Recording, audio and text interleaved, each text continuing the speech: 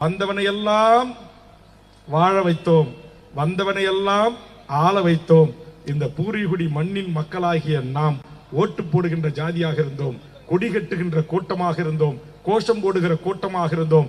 நம்மில் இருந்து இந்த தமிழ் சமூகத்தின் வாழ்வுரிமையை சமரசமற்று பாதுகாக்கக்கூடிய போராளிகளை தீவிரவாதிகள் ஆக்கினார்கள்.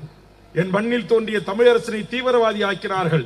உலக பூமி பந்தில் வாழ்கின்ற 160 நாடுகளுக்கு மேல் வாடுகின்ற என் தாய் தமிழ் தொப்புள் கொடி உறவுகளின் ஒற்றை முகவரி மேதகு வேலுப்பிள்ளை பிரபாகரன் என்கிற மகத்தான மாபெரும் தலைவனை விடுதலை புலிகள் பயங்கரவாதி என்றார்கள். நான் கேட்கிறேன், எதுடா பயங்கரவாதம்?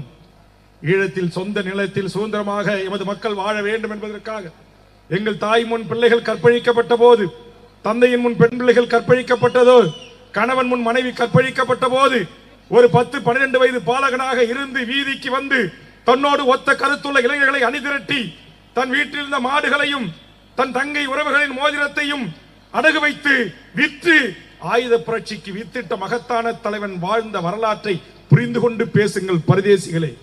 யாருடா தீவிரவாதி?